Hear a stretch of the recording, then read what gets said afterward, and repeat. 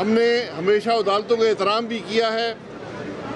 اولین ترجیح اس اپیل کی، اس سارے مقصد کی یہ تھی کہ نواز شریف صاحب علاج کی سہولت حاصل کر سکیں، اور میں تمام ان دوستوں کا، بھائیوں کا، مسلم لیگ کے ورکروں کا مشکور ہوں، ان بہنوں کا، بزرگوں کا جنہوں نے نواز شریف صاحب کی صحت کے لیے دعا کی، اور آج اس کے نتیجے میں پنجاب حکومت اور وفاقی حکومت کی کوششوں کے باوجود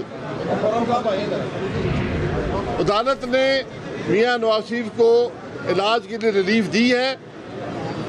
اس بات میں اب کوئی شبہ نہیں رہا کہ جو جھوٹ اس ملک کا وزیر اعظم، اس کے 2 درجن چمچے جو ایک پولیٹیکل لیڈر کی علالت کو بھی سیاست کی نظر کر رہے تھے، ان کا جھوٹ آج پاکستان کے عوام کے سامنے آ چکا ہے۔ یہ کم ظرفی کا مظاہرہ جو اس حکومت نے کیا ہے، اس کی کوئی مثال نہیں ملتی، اور جس ملک کا وزیر اعظم ایک پولیٹیکل لیڈر کی علالت کو طنز کا نشانہ بنائے، اپنے سیاسی مقاصد حاصل کرنا چاہے، میں اس شخص کے بارے میں کیا کہہ سکتا ہوں؟ یہ فیصلہ پاکستان کے عوام کر لیں گے۔ آج یہ بات ریکارڈ پر آ گئی کہ نواز شریف صاحب کی صحت کو شدید خطرہ ہے، عدالت نے قبول کیا۔ یہ بات بھی ریکارڈ پر آئی کہ نواز شریف صاحب نے کبھی بھی طبی امداد سے انکار نہیں کیا، اور آج جج صاحب نے ایک لفظ استعمال کیا جو انہوں نے کہا کہ یہ پروٹوکولائٹس ہے، یعنی کوئی ڈاکٹر بھی یہ فیصلہ نہیں کر پاتا تھا کہ میں اس شخصیت کا علاج کیسے کروں، اور صحت نواز شریف صاحب کی متاثر ہو رہی تھی۔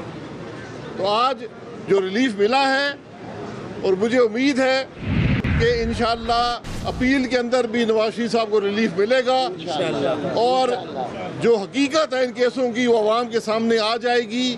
لیکن ہماری اولین ترجیح نواز شریف صاحب کی صحت کے بارے میں تشویش کی تھی، اور انہوں نے کبھی علاج سے انکار نہیں کیا، جو کہ ایک تاثر قائم کیا جا رہا تھا حکومت کی طرف سے۔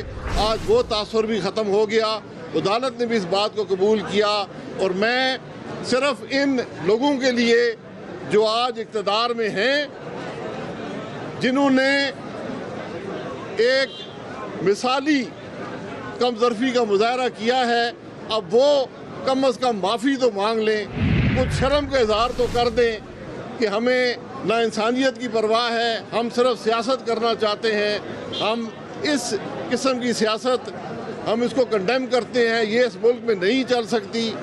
اب ملک کے حالات آپ کے سامنے ہیں۔ میری گزارش ان لوگوں سے یہ ہے کہ ملک کی فکر کریں، معیشت کی فکر کریں، عوام کو ریلیف دیں۔ نواز شریف صاحب کی صحت کے بارے میں جو کچھ کہا گیا، ہم نے پہلے بھی یہ باتیں درگزر کی ہیں، یہ ایک طرف رہنے دیں۔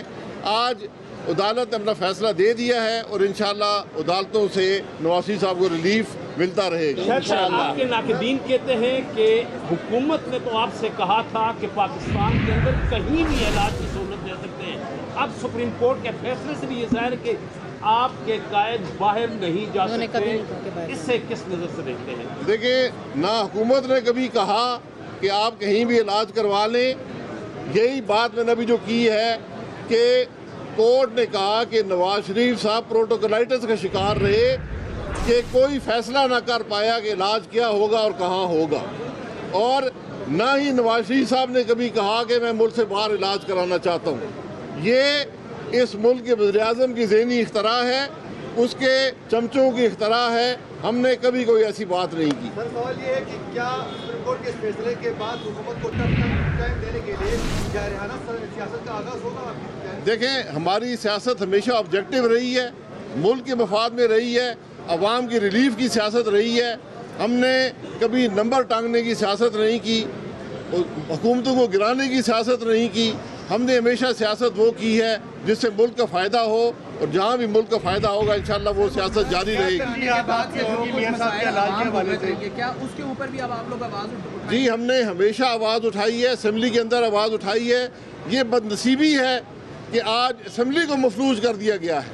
آپ اسمبلی کی کارروائی دیکھ لیں، جو اسپیکر صاحب کا رویہ ہے، جو وزیروں کا رویہ ہے، اس سے پاکستان کے عوام کے مسائل جو ہیں آج تک 8 مہینے میں ایک ڈیبیٹ اسمبلی کے اندر نہیں ہو سکتی۔ اس کی ذمہ دار صرف اور صرف حکومت اور اسپیکر صاحب ہیں۔